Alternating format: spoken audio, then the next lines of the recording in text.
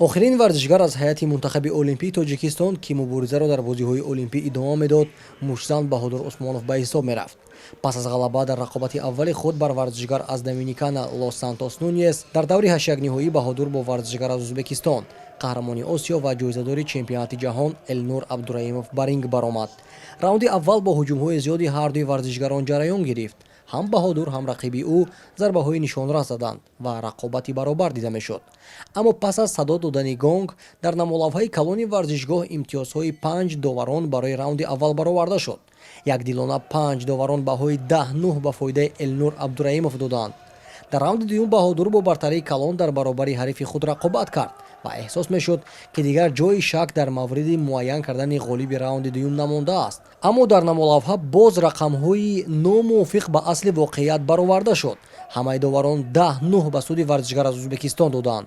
дар раунди сеюм Баҳодур фишорро идома дод, чун ба ғайр аз ғалаба барои ин варзишгари номдори тоҷик дигар натиҷа қобили қабул нахоҳад буд. ниҳоятан доварон қарори худро бароварданд. якдилона бо ҳисоби 5-0 Элнур Абдураимов ғолиб дониста шуд.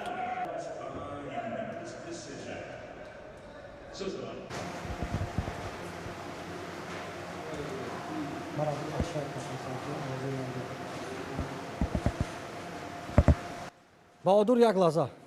Баҳодур ҷон, раунди дуюм 100%. аз шумо багмонимоне Баҳодур чӣ қадар омеде довариро? Буридагӣ боя гирифтанд.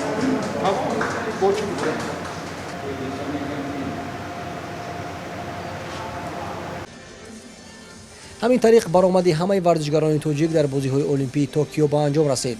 аввалин бор сар аз Олимпиадаи Юнон дар соли 2004 дар бозиҳои олимпии мунтахаби Тоҷикистон соҳиби ягон медал нагардид.